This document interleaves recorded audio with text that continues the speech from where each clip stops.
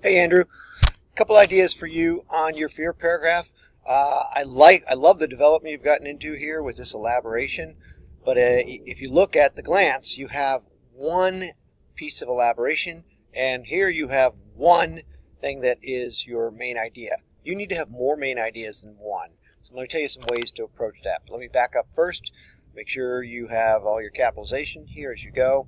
When you start a topic sentence, you don't need a word like well, because that's just a verbal pause. Just start right with people.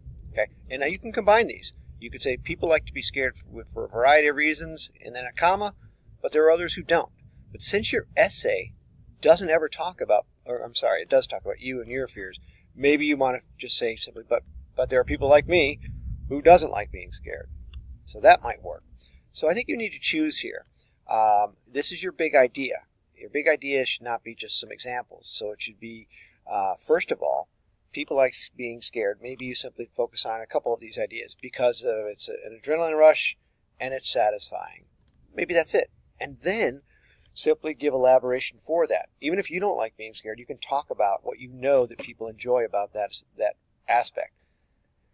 You would not need to keep this next one here unless you come back and you give elaboration for it.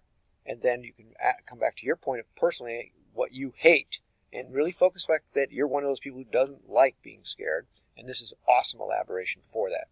Remember, you need to have concluding transitions. So focus on that. You don't need to write in first person as much, especially when you're getting a conclusion. And try and keep that to one sentence and just state what you're trying to get at. If you have any questions, see me.